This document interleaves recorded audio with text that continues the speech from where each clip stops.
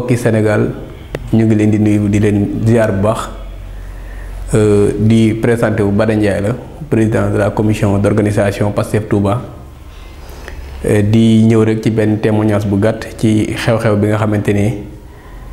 daanaka ñun ñëpp ñoo ko yëgatoo ñuy wax inna lillahi wa inna ilayhi rajiun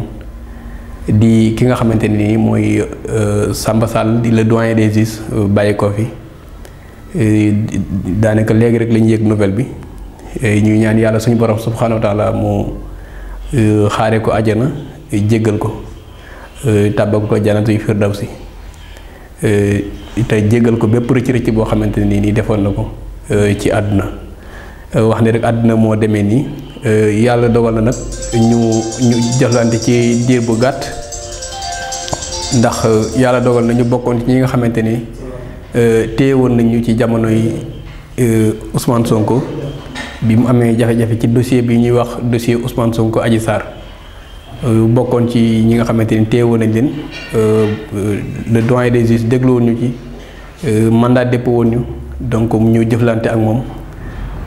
waaye loolu yëpp day wane ne rek tëralinu àdduna waaye ñi ñaan yàlla daal yàlla jéggal ko tàbbal ko aljana waaye tamit day def benn jàngat ci ñun ñëpp ñu war a delluwaat xoolaat suñu bopp xoolaat suñu taxawaay waaye tamit kenn ku nekk fa nga nekk di liggéey lañ la fa dénk ci liggéey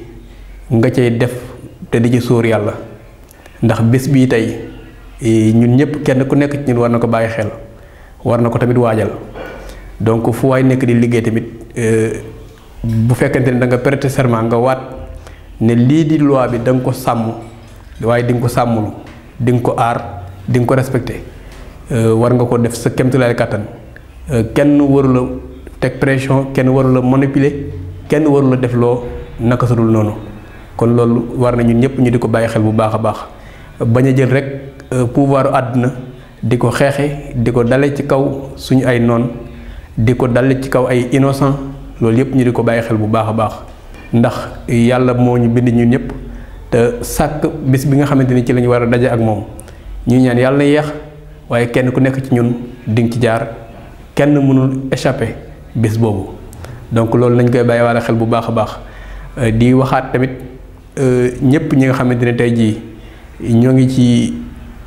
fi nga xam ne mooy palais de justice rawatina ndax tey tiis wi ci kaw Sénégal yëpp la dal waaye ci seen kaw la gën a méttee ñoom te ñoom tamit ñu nekk ñoo xamante ni ñoo war a gën a bàyyi xel mbiru suñu borom ci lépp lu ñuy def ndax toog ci sa bureau rek yor sa bic war a signé ci aveniru nit ki moo xam nga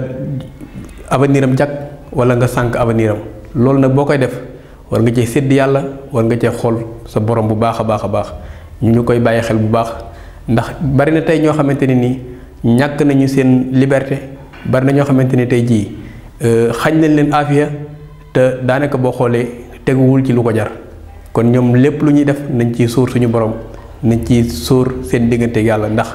sóoraale bés bi bu baax a baax loolu rek lañu amoon ci kàddu yi ñuy wax di dellu di ñaanal ki nga xamante ni moo fi jógee muy le doyen des juges Samba Sall yàlla xaare ko àjjana yërëm ko jéggal ko bépp rëcc bu mu defoon te lépp lu mu defoon ci lu baax suñu borom fulal ko yàlla bari na yërmande yàlla na ko yàlla xaare àjjana salaamualeykum wa rahmatullah